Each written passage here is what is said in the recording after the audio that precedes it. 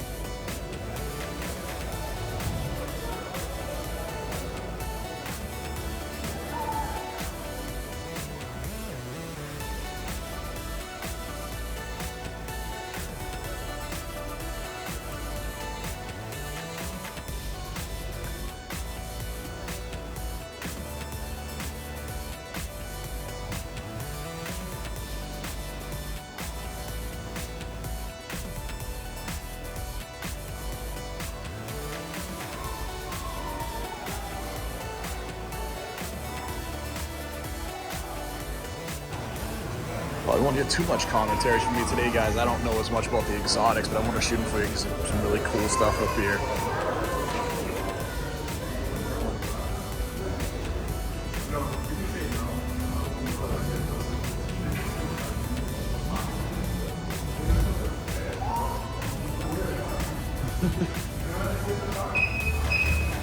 That's awesome.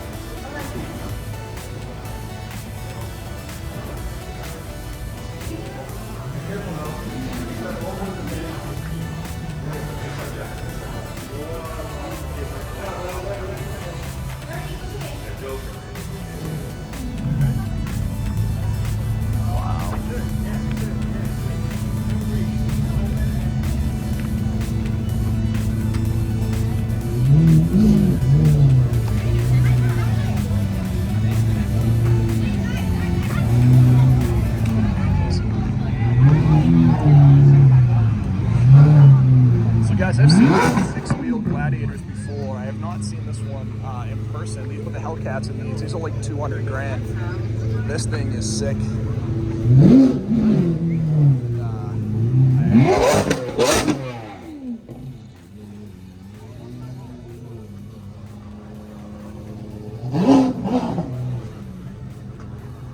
This thing's awesome.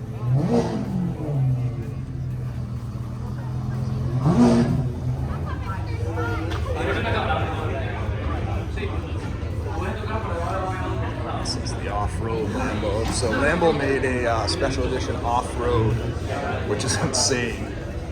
It was already all-wheel drive, so they put bigger tires on it. They put like the kind of looking almost like Subaru style, like mud guards on it, a roof rack.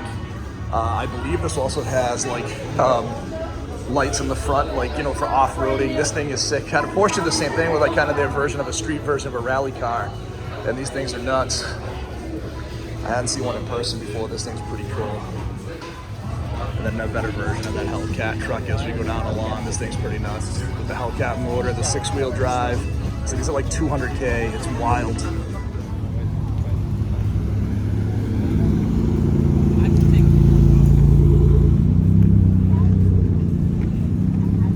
There's like an older Supra over here. Next is a beautiful Z06 Corvette. Oh, and it's a right-hand drive. Oh, this is very cool.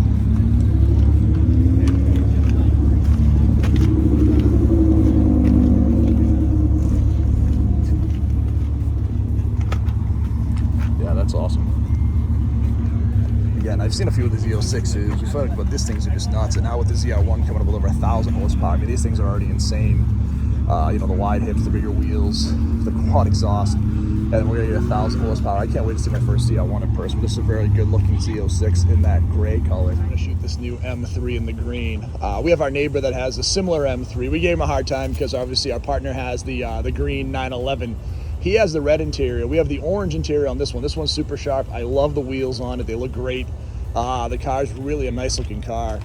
And you know, like we were talking about, oh, I do like the orange seats. They do look good. It's almost more like a peanut butter. Yeah, it's a really pretty color on the car. And you know, he was saying, with this version, because you can still get the manual. On the competition, you couldn't do the manual anymore, which I completely get. You have a car like this, you want to enjoy kind of rolling through the gears. It does make it, kind of more special. In the competition, it makes sense with the automatic. You can't shift faster than automatic now. Their technology's better than we are, but the fun factor goes into these. You got the carbon roof, just a really pretty car. And again, I love the color. And we have one, like I said, on our street, and we always give our neighbor grief because he bought it after our buddy with the 911. So very cool version. All right, guys, we've got a very cool GTI right here lowered. Looks great on these wheels. I love the green Brembos. Really nice M4 in this blue. But one of the wildest cars I saw up here was this crazy Cybertruck in this black wrap. This looks great. I mean, I know they did it in the stainless kind of the option. I mean, you can see the offset steering in the rear. This thing's awesome. And I do like this is the Foundation Series. This one was the first ones that came out. But this black actually looks great on. I think Tesla's dropping the ball by not giving an option of having this black as a color because it looks so good. And then obviously the M4 right here in the blue lower looks super sharp. We've got a few Mustangs here, so let's give the Mustang scene some love. We've got a GT 350 in black with the red stripes with the carbon, the carbon stripes with the red pinstripe. Always looks good. We've got a GT here in the red and black, and we have a blue GT, so super sharp looking. And we're gonna make our way around to the side over here and see some of the other cool cars that we have over here today. All right, guys, we're gonna shoot this 99 SHO. I haven't seen one of the SHOs in a long time. Now, when this came out in the late 80s, this was revolutionary for Ford. It was them competing with the European sedans, and they actually had, at the beginning, it was a Yamaha 6-cylinder motor and they had a 5-speed manual, and these were game changers for Ford, because what Ford was trying to do is they were trying to compete with what they were doing for like BMW and Mercedes at the time. This is really what pre-Audi being in that category. Audi was still running like the Audi 5000, which is just a totally unique car, more like Saab. And then Ford would evolve the SHO as it went along, and it would become more of a luxury cruiser, similar to what you'd see with BMW as well, and Mercedes. So think about the first generation SHOs really being competitive with like a 3 Series. This was designed more to compete with like a 5 Series, so a bigger motor, more horsepower, more luxury. You can see the really nice interior on these. But again, these are super unique. You don't see these all that often. This is very cool to see one in this shape. Again, coming from New England, I deal with rust all the time. So seeing this is very cool. And this was that next evolution. And then the SHO would die out for a couple of generations. They bring the SHO back in the mid 2010s. And that SHO was really cool too. All-wheel drive, V6. But this was the only version with the V8, and it was a very cool car. To see the 2024 Dark Horse in person. So this is my first one. Got a chance to talk to the owner. Awesome dude.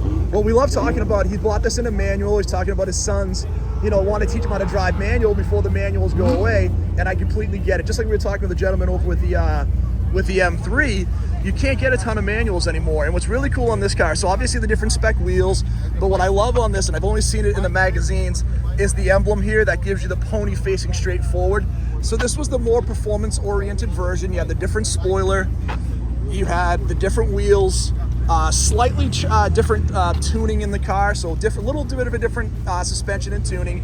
Not wildly different, but it brought up to like 500 horsepower. And this was that cool special edition. I love the color combo with the red, with the gray and black stripes. Again, in the back, you also have the forward-facing pony logo, which is awesome. And again, this is just something so unique. Now, with Mustangs, you see a ton, and they're all really pretty. But when you take a look at this version versus a GT next to us, you can see the differences on those, right?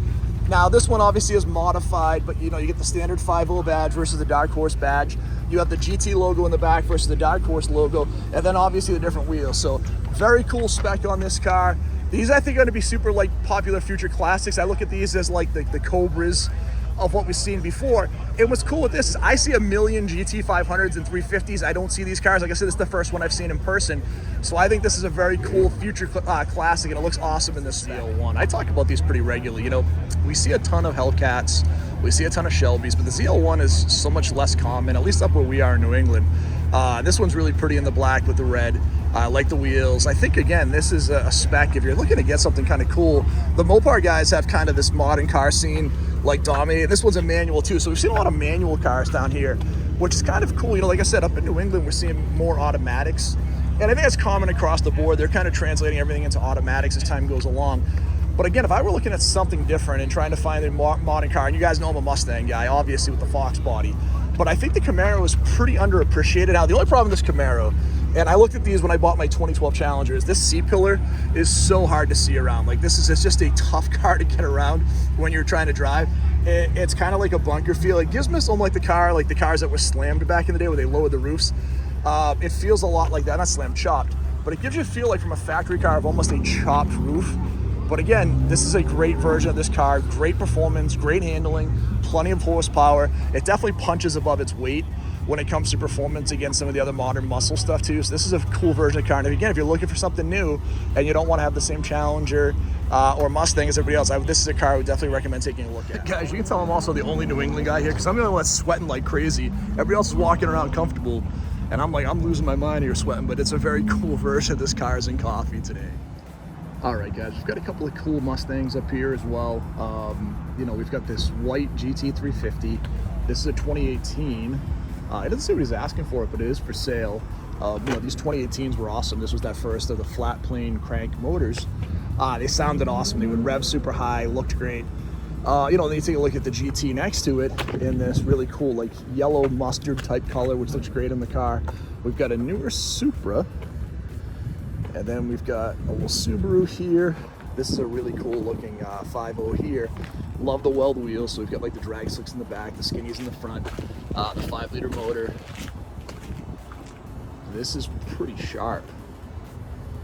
So I love the color on it too. The grabber blue looks great. Even the pony looks like it's, nope, you know what I thought it was, but I think it's just the blue reflecting off of the black, you know, gloss emblem. But it looks great on the car. We got a nice Camaro behind here. So pretty cool little Cars and Coffee up here. Nice turnout. Some cool cars. I don't know if there's anything else in the back here. We'll take a look around the back and see if anything else cool back here. Lamborghinis up here, but I haven't seen a Diablo in a long time. This one is great in that copper color with the black with the orange piping on the inside. Stylistically, you're good. Go ahead, brother. You're all set. Stylistically, when they made these cars, they were such a departure. And this is when Lamborghini went into work with Chrysler. And man, you know, obviously Chrysler had the Viper at this time. So, you know, at Chrysler, you had the Viper and you had the Diablo, which was absolutely wild, right? This car was such a departure. And again, the Countach was iconic for such a long time. I think this car has all the presence of the Countach as well. Probably doesn't have the same provenance, but if you start to look at this, I mean, color-wise, the wheels are great, obviously aftermarket. The interior is so cool in this car. And from everything I've read, significantly more drivable, right? You know, not to like the modern Lambos that are a lot easier to drive, but if you take a look at this, like this was a much easier car to use than the Countach was. You're good, guys. And again, all the cool, you know, again, style is still there, but again, a little more livable. Still the scissor doors, but again, you take a look at the interior. It's not quite as offset to the left as it was in the original. So driving like a Countach, you'd be way off cantered, you know, almost facing towards the left. In this car, you weren't. Obviously, the gated manual shifter, the 12-cylinder motor, just an awesome version of this car. And what I love, again, so many beautiful Lambos and exotics in here, but you get one of these older ones and it just draws a crowd because you just don't see them nearly as often. All right, I'm still going to defy anyone to try to tell me this isn't the best performance car value out there. The regular Stingray Corvette, I mean, look at the presence on this car. We were just in that room with all these exotics. We have a Lamborghini convertible right over here. This looks as good as exotic as anything else. So what happens is because it's so common, it loses a little bit of its specialness. But I would tell you from a value standpoint, it's almost impossible. I mean, 500 horse, super quick, 0 to 60 in like the 3.5 second range. Great looking interior. The body looks great on the car. So I would tell you, again, it's very hard for me to say this is not the best performance car value out there. And if you're looking for something like as an exotic and you want to, this is a great car, reliable, fun, fast, just super cool. And again, I don't think it gets enough love because it's just become very common. When it first came out, you know, 4 years ago, these were getting a crazy amount of love. Now they just kind of get looked at because you see a million of them on the road.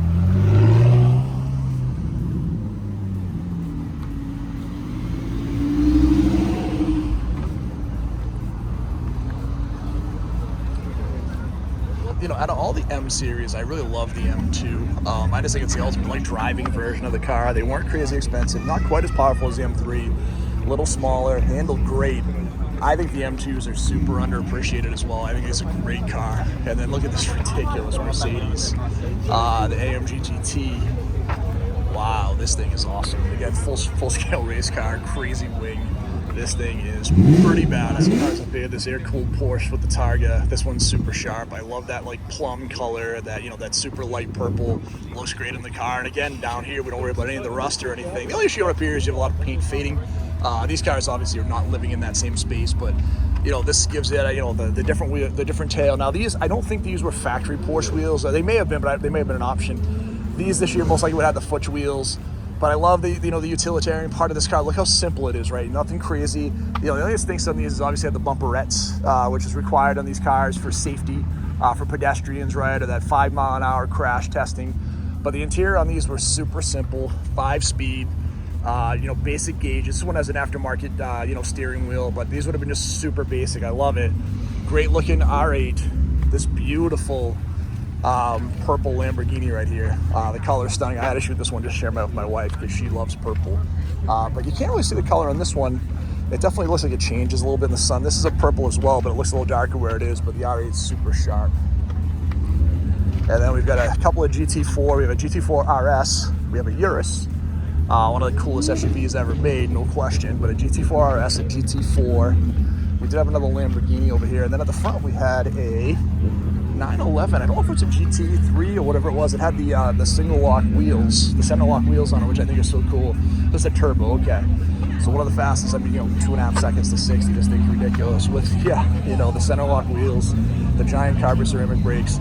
Again, this is a sleeper because there's a million 911s on the road. This car is stupid fast. It is fast compared to a lot of things up here at this amazing show. All right, one of the few true classics up here. We have an old Chevy pickup, step side in the baby blue with some more modern, you know, American racing wheels. They look pretty good. You know, the one thing down here, everything is tinted, so it's hard to see if the windows aren't down. This is neat. Again, this is a good body style on these trucks. And again, they don't rust out, so very cool. I did not see this camo Ford GT, so I do need to go shoot that. That is very cool. You guys know the Ford GT is my all-time favorite car, so this is awesome. Wow, that looks incredible. I don't want to step in front of anybody else, but that is a very cool looking version of this Ford GT. What a cool little wrap. Awesome. All right, guys, I'm gonna make my way out of here. I don't want to interrupt this gentleman shooting in front of me, so I want to make sure I'm not blocking his shot. But I'm gonna make my way out of here. I'm starting to melt. It is super hot, but what a cool little event. You know, this was 1.5 miles from the hotel, so I thought I'd come over and shoot it. Some amazing stuff up here. The exotic car down here is wild. Obviously, significantly more options for exotic cars down here than you have up in New England. People don't use them all year round. But some great colors, some very cool stuff. The Audi R8s, the Lamborghinis, tons. It was interesting up here. I don't think I saw a single Ferrari at this event, which is interesting, right? We saw the Lambos and we saw the McLarens and tons of Porsches, the Audis, but I did not see a single Ferrari, so that's interesting. Not sure what the Ferrari scene looks like down here, but I was super excited to see the Dark Horse. You know, that's always a cool car. I had seen it. That SHO was pretty neat. That M3 that looked just like our neighbor's spec back here was kind of cool, so kind of a cool version of some stuff up here that we saw. We appreciate all of you checking out the channel. If you haven't done it so far, please hit that like and subscribe. We'll be back home in New England for next weekend. We should have some shows coming up, so we look forward to seeing you there, and we hope everyone has an awesome day. Talk to you soon.